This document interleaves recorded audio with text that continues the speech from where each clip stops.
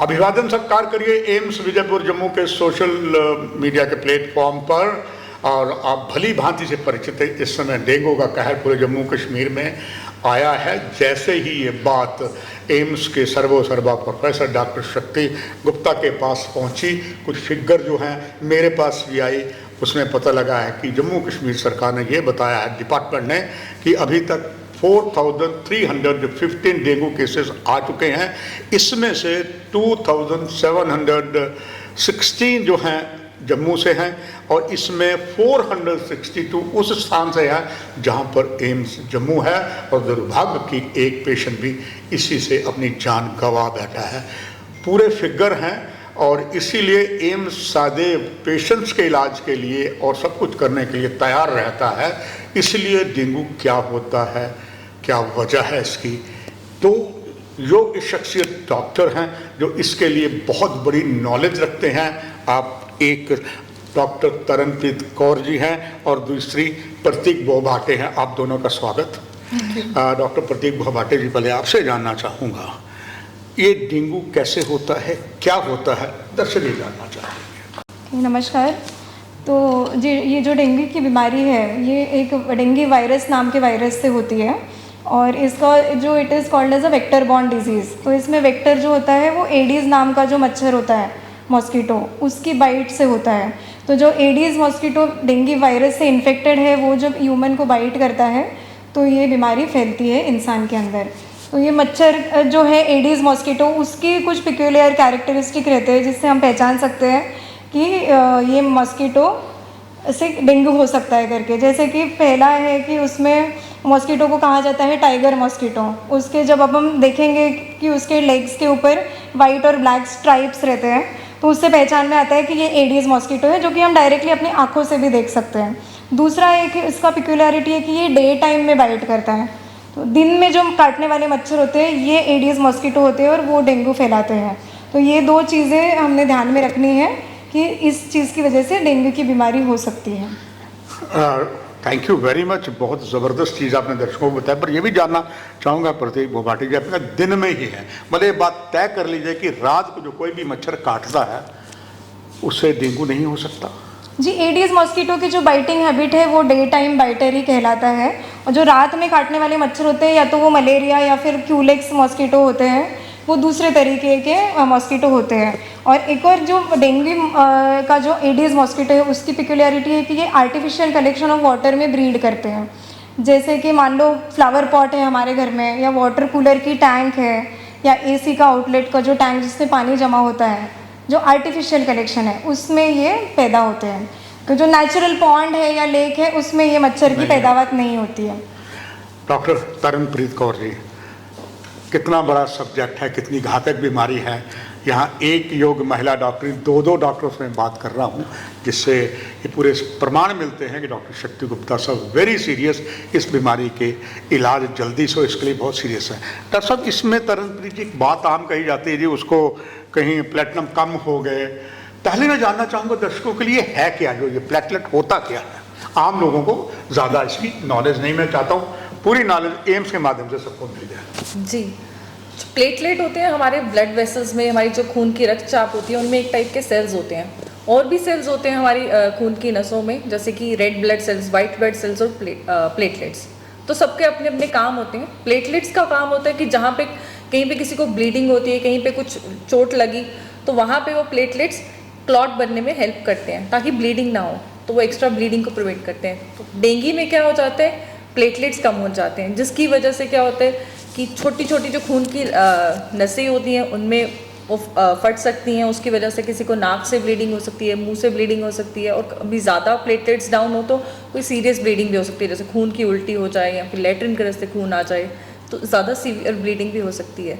या फिर कभी कभी जैसे छोटी छोटी नसें स्किन में फटेगी तो उस वजह से स्किन में ऐसे रैशेस जैसे छोटे छोटे लाल धब्बे बनेंगे लोगों में। प्लेटलेट्स हमारी बॉडी में नॉर्मली होते हैं 1.5 से 4.5 लाख, इतने नॉर्मल वैल्यू होती है इनकी। और अगर ये ज़्यादा कम हो जाए, 50,000 से कम, 10,000 से कम में, तो सीवियर ब्लीडिंग हो सकती है। डेंगू जो बीमारी होती है उसमें ये प्लेटलेट्स को ही अटैक करती है, प्लेटलेट्स ही घटने लग जाते हैं। Doctor Tarnpreet Kaur ji, thank you, ये जो आपने बताया। पर इसके आगे है पेशेंट्स को कैसे पता लगता है और उसे कब हॉस्पिटल इस इलाज के लिए आना चाहिए, और कौन कौन से टेस्ट की फैसिलिटीज़ जो है एम्स विजयपुर जम्मू में है? जी, सबसे पहले अगर हम बात करें लक्षण की, तो लक्षण बिल्कुल नॉन स्पेसिफिक, जैसे कोई और बुखार होता है, वायरल बुखार होता है, उसी के तरह होंगे। मरीज़ को बुखार आ रहा होगा, ठंड लग रही होगी, साथ में शरीर में बहुत ज़्यादा दर्द हो रही होती है, मन खराब होता है, सर दर्द होती है, स्पेशली आंखों के पीछे वाले हिस्से में, वहाँ पे सिर दर्द बहुत ज़्यादा होती है, और मसल्स में पेन, बॉडी एक्स और वॉमिटिंग हो सकती है। उसके अलावा जब ऐसे वाला मरीज़ कभी भी किसी को 2-3 दिन तक बुखार ना उतरे, तो उनको हॉस्पिटल में आना चाहिए और अपनी जांच करानी चाहिए, जो कि सारी जांचें हमारे एम्स में यहाँ पे इस वक्त फैसिलिटीज़ हैं। ठीक है, सिर्फ प्लेटलेट्स कम होना ही डेंगू का इंडिकेटर नहीं है, और भी बहुत सारे वायरल बुखार होते हैं जिनमें प्लेटलेट्स लो हो सकते हैं। तो इसलिए स्पेसिफिकली डेंगू का ही जो टेस्ट होता है, जैसे कि शुरू में हम डेंगू NS1 एंटीजन करवाते हैं, वो करवाना ज़रूरी होता है। कभी कभी लोगों के मन में धारणा होती है कि एक दिन में ही बुखार चढ़ा तो उसी दिन ही वो डेंगू का टेस्ट करवा लेते हैं, जो कि गलत है। उसको भी पॉजिटिव आने में 2 से 3 दिन लगते हैं। तो किसी को भी बुखार होता है तो उनको यही हम बोलेंगे कि आप पहले हॉस्पिटल आइए, अपनी जांच करवाइए, और उसके बाद अगर जब पॉजिटिव आता है तो उसके बाद ही आपको डेंगू लेबल किया जाता है। ऐसे लोगों के मन में हो जाता है कि प्लेटलेट्स लो आ गए तो मतलब हमें डेंगू ही है, जो कि गलत है। डॉक्टर साहब, तो OPD से IPD आ गया, कई ऑपरेशन भी शुरू हो गए हैं, तो जो अगर मरीज इसके आता है, उसको इसके लिए कि अस्पताल में कुछ समय के लिए एडमिशन की ज़रूरत होती है, या टेस्ट करवा के वो वापस जा सकता है? नहीं, इसके लिए बहुत ज़रूरी है लोगों को पता हो कि कब उनको एडमिट होना है, क्योंकि सिर्फ डेंगू पॉजिटिव आ गया, डेंगू बुखार है, तो सबको हॉस्पिटल में एडमिट होने की ज़रूरत बिल्कुल नहीं है। सिवियर डेंगू यानी गंभीर रूप से जिसको डेंगू हो जाता है, उसी को ही एडमिट होता है।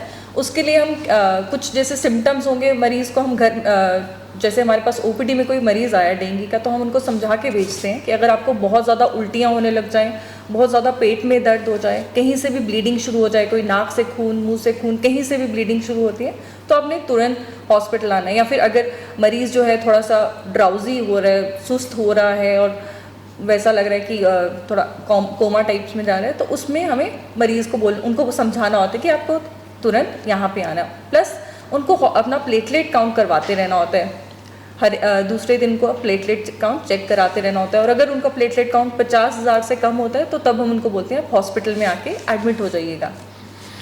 डॉक्टर परवीन, एक चीज़ और मैं जानना चाहूँगा दर्शकों के लिए, कि अगर किसी को ऐसे बीमारी हो गई, घर में है पेशेंट, क्या वो बीमारी जो परिवार के और सदस्य को उनको लग सकती है? अगर कुछ ऐसा है तो कौन कौन से प्रिकॉशन जो है करने पड़ते हैं घर में? जी, तो ये बीमारी जो है, जैसे कि मैंने कहा कि मच्छर के काटने से होती है, तो अगर मॉस्किटोज़ है घर के अंदर इन एंड अराउंड द हाउस, तो हमने कुछ ना कुछ प्रिकॉशनरी मेजर्स हमने लेने चाहिए। तो उसको कि हम कहते हैं कि इंटीग्रेटेड वेक्टर मैनेजमेंट, मतलब वेक्टर जो मॉस्किटो वेक्टर है उसको मल्टीपल तरीके से हम टैकल कर सकते हैं। उसमें सबसे पहला होता है कि लार्वा जो होता है, जो जब मॉस्किटो पैदा होता है तो लार्वल स्टेज में होता है, तो उसी स्टेज में, क्योंकि वो पानी के अंदर ब्रीड होते हैं, तो उस स्टेज में उसको कंट्रोल करना आसान होता है, क्योंकि वो एक ही जगह पे रहते हैं। तो उसके लिए कुछ मेजर्स रहते हैं जिसको हम कहते हैं कि सोर्स रिडक्शन। तो सोर्स रिडक्शन क्या होता है, जहाँ पे भी आर्टिफिशियल कलेक्शन ऑफ वाटर है उसको हमने जितना हम मिनिमाइज़ कर सके उतना करना चाहिए। जैसे कि मान के चलो कि हम फ्लावर पॉट है घर में, या AC का आउटलेट से पानी निकल रहा है, तो ये चीज़ों को हमने देखना चाहिए कि हम उसे हफ्ते में 1 दिन पूरा पानी क्लीन करके उसे ये कंटेनर्स को ड्राई करें। इसको कहते हैं dry day observation, 1 in a week ही हमने करना चाहिए। तो अगर उसमें कोई लार्वा पनप भी रहे हैं तो वो आगे चल के ख़त्म हो जाएंगे। दूसरी एक चीज़ जो कर सकते हैं, जो वाटर हम स्टोर करके रखते हैं घर में, पानी पीने का हो या हाउस होल्ड वर्क के लिए जो यूज़ कर रहे हैं, उसको हमने अच्छे तरीके से क्लोज़ करके हमने रखना है, ताकि उधर मच्छर जाने की कोई भी गुंजाइश ना रहे। और ये मॉस्किटो अंदर जाने के लिए बहुत ही कम, उसको छोटा सा भी अगर होल होगा तो भी मॉस्किटो अंदर जा सकता है। इसके लिए उसको पूरी तरीके से कवर करना ज़रूरी है। वो एक चीज़ हो गई सोर्स रिडक्शन की। दूसरा जो होता है, अगर एडल्ट मॉस्किटो हमने देखे घर में कि मॉस्किटोज़ है घर के अंदर, तो उसके लिए बहुत सारे इंसेक्टिसाइडल स्प्रेज अवेलेबल है मार्केट के अंदर, जो कि हम घर में यूज़ कर सकते हैं, और थोड़े दिन के लिए कमरा बंद करके आधे पौन घंटे के बाद उस कमरे में हम जाके यूज़ कर सकते हैं। तीसरी एक चीज़ होती है पर्सनल प्रोटेक्टिव मेजर्स, जो कि लोग खुद घर में यूज़ कर सकते हैं। एक तो सबसे पहला है कि मैंने कहा कि डे टाइम बाइटर है ये, तो तो इसमें दिन में जब बाहर जा रहे हैं या कुछ कर रहे हैं तो लॉन्ग स्लीव्स के कपड़े पहनना चाहिए ताकि बाइट का कांटेक्ट कम हो सके।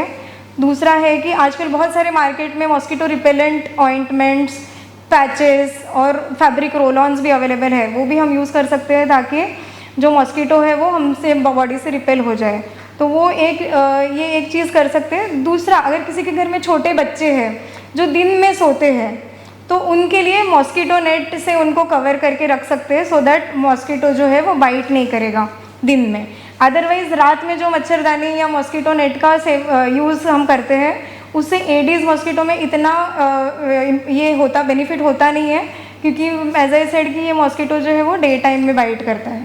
तो ये प्रिकॉशंस कुछ हम ले सकते हैं mainly with regard to water collection जो घर में या in and around the house है वो हमने जितना जहाँ तक हो सके वो हमने ख़त्म करने की कोशिश करनी चाहिए। डॉक्टर तरनप्रीत कौर, आपने चीज़ और देखी होगी, एक कहावत भी है, नीम हकीम खतरे जान या झोला छाप। और आजकल विज्ञापनों का इतना दौर है, बहुत सी ऐसी दवाइयाँ हैं, आयुर्वेदा में दवाइयाँ हैं, और ये कहते हैं कि अगर ऐसा किसी का डेंगू हो जाए आप ना ची लीजिए। और बड़ी प्रचलित हो रही है कि अगर आपको कि डेंगू हो गया है, पता लग गया है, तो आप बकरी का दूध ले लीजिए या पपीता। कैसे, क्या सचमुच ये मिथ सही है या वाकई इनका सेवन करने से कुछ लाभ होता है? जी, ये बहुत रेलिवेंट क्वेश्चन पूछा आपने, क्योंकि लोगों में बहुत सारी ये धारणाएं हैं कि जिसको डेंगू हो गया, प्लेटलेट कम है, इसको बकरी का दूध पिलाओ। और लोग वो बकरी का दूध भी पिलाते हैं बिना बॉईल किए हुए, अनबॉइल्ड दूध ही पिलाते हैं, जो कि ऊपर उल्टा नुकसान करता है। उससे आगे कोई ब्रुसेलोसिस जैसी इन्फेक्शंस होने का ज़्यादा रिस्क रहता है। फिर या फिर पपीते के पत्ते का वो देंगे, कुछ रस देंगे, कुछ भी ऐसे कड़वी सी मेडिसिन देते हैं जिसको लेके पेशेंट्स को और वॉमिटिंग वगैरह होती है, तो ये ज़्यादा नुकसान करती हैं। प्लेटलेट्स देखिए, जो डेंगू की इलनेस होती है इसमें ना, जो बुखार के थर्ड से टू 7th डे जो होता है वो क्रिटिकल फेज माना जाता है। उसके बाद प्लेटलेट्स अपने आप बढ़ने लग जाते हैं। तो लोगों को लगता है उन्होंने वो दवाई ली, उन्होंने ये बकरी का दूध लिया या कुछ ऐसे वाला देसी उपचार किया इसलिए प्लेटलेट्स बढ़े, पर प्लेटलेट्स एक्चुअली अपने आप ही बॉडी में बढ़ने लग जाते हैं। तो ऐसा कुछ भी ना करें लोग। किसी को भी डेंगू होता है तो प्लीज़ ऐसी वाली कोई उपचार मत करिए जो डॉक्टर ने आपको बताया, और इसमें एक्चुअली कोई ट्रीटमेंट होता भी नहीं है, सिर्फ आपको रेस्ट करना है, पानी ज़्यादा लेना है, फ्रूट्स वगैरह लीजिए, थोड़ी लाइट डाइट रखिए, और साथ में पैरासीटामोल लेनी है, क्योंकि पेशेंट्स को बॉडी एक्सपोज होती है तो वो काफ़ी पेन किलर्स लेना पसंद करते हैं, लेकिन नहीं, पेन किलर्स नहीं लेनी है, सिर्फ पैरासीटामोल लीजिए और रेस्ट करिए बस। महत्वपूर्ण जानकारियां आपने दी। मैं आखिर में चाहूँगा एम्स सोशल मीडिया में आपका एक संदेश सभी के लिए जाए। देखिए, एम्स की तरफ से हम यही संदेश देंगे सबको कि जैसे हमने बताया है आपको, अगर आपको बुखार होता है तो पहले आप जाके अपने टेस्ट करवाइए, डॉक्टर के पास जाइए, डॉक्टर को कंसल्ट करिए, सिर्फ खुद से ही लैब में मत जाइए, डॉक्टर बोलते हैं तो फिर टेस्ट करवाइए। और अगर आपको डेंगू बुखार आता है तो फिर जो डॉक्टर ने आपको एडवाइस किया है वही फॉलो करिए, किसी भी आयुर्वेदिक या देसी ट्रीटमेंट की तरफ मत जाइए। Only follow doctor's advice, take rest, take plenty of fluids, बस। जी, योर मैसेज डॉक्टर ऑल्सो। जी, तो मैं ये कहना चाहूँगी, जैसे कि कहा जाता है prevention is better than cure, तो प्रिवेंशन का डेंगू फीवर के अंदर बहुत इंपॉर्टेंट महत्व है इसका। तो जैसे कि मैंने कहा कि वाटर कलेक्शन ये सब हमने अवॉइड करना चाहिए। तो ये चीज़ अगर सारे लोग करें तो हम इस बीमारी से हम रोक लगा सकते हैं और अपने परिवार और अपने परिवार के सदस्यों को हम डेंगू फीवर से बचा सकते हैं। आपने देखा एम्स कितना सीरियस है कोई भी बीमारी को लेकर, खास करके डेंगू के ऊपर जो 2 योग्य डॉक्टरों ने आपको बहुत सी जानकारी दी, इसका आप लाभ उठाएंगे। कार्यक्रम की यही समाप्ति। नमस्कार।